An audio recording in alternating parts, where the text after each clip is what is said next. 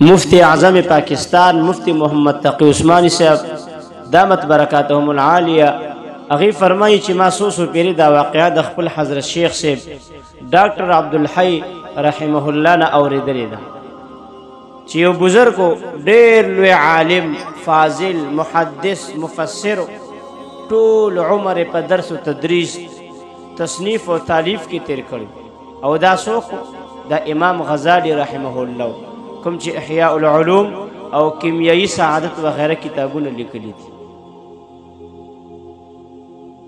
وی کله چې دی وفات شو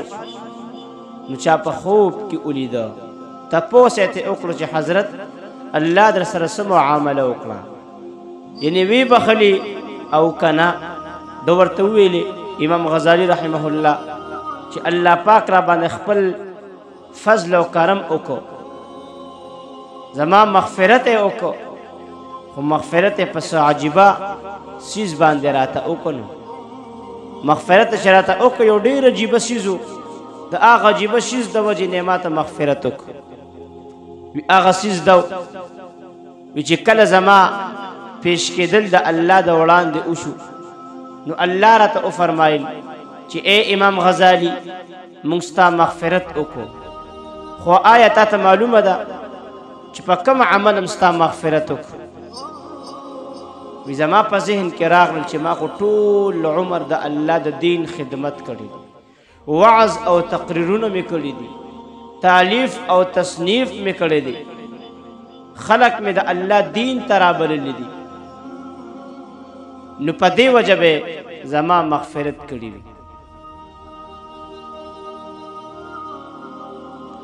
الله پاک راته وفرمایل چې نه د دې کارونو ثواب په خپل ځای دی خو مونږ چې تا ته بخښنه کړې ده هغه په یو بل څیز سره ده هغه دا چې یو ورځ تا لیکل کول د لرګي نه جوړ شوی قلم در سره تا په سیاهۍ کې ښکته کړ کله چې دې روچت کړ د سیاهۍ نه نو یو مچ راغی په دې قلم باندې کېناسته او سیاهي یې څکل تا چې ورته وکتل نو تا لیکل د لږ وخت دپاره ودرول او دا سوچ دې وکړو چې یاره دا مچ به تږي شوي وي پرېږده چې دا سیاهي وڅکي زه به لږ خیر د انتظار وکړم نو تا په لیکلو کې داسې لږ غوندې وقفه وکړه د مچ دپاره چې کله مچ پاسېده نو تا بیا لیکل شروع کړل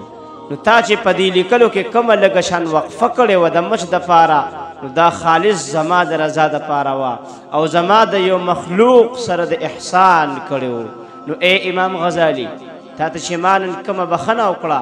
دا صرف د هغې وړوکې عمل په بدله کې کوم چې تا په دې لیکلو کې لږ انتظار زما د رضا دپاره کړو د مچ د وجې نه نو مچ یو کمزور مخلوق دی او احسان ورسره وکړو الله پاک د هغې د وجې نه د امام غزالی رحمه الله مغفرت نصیب کو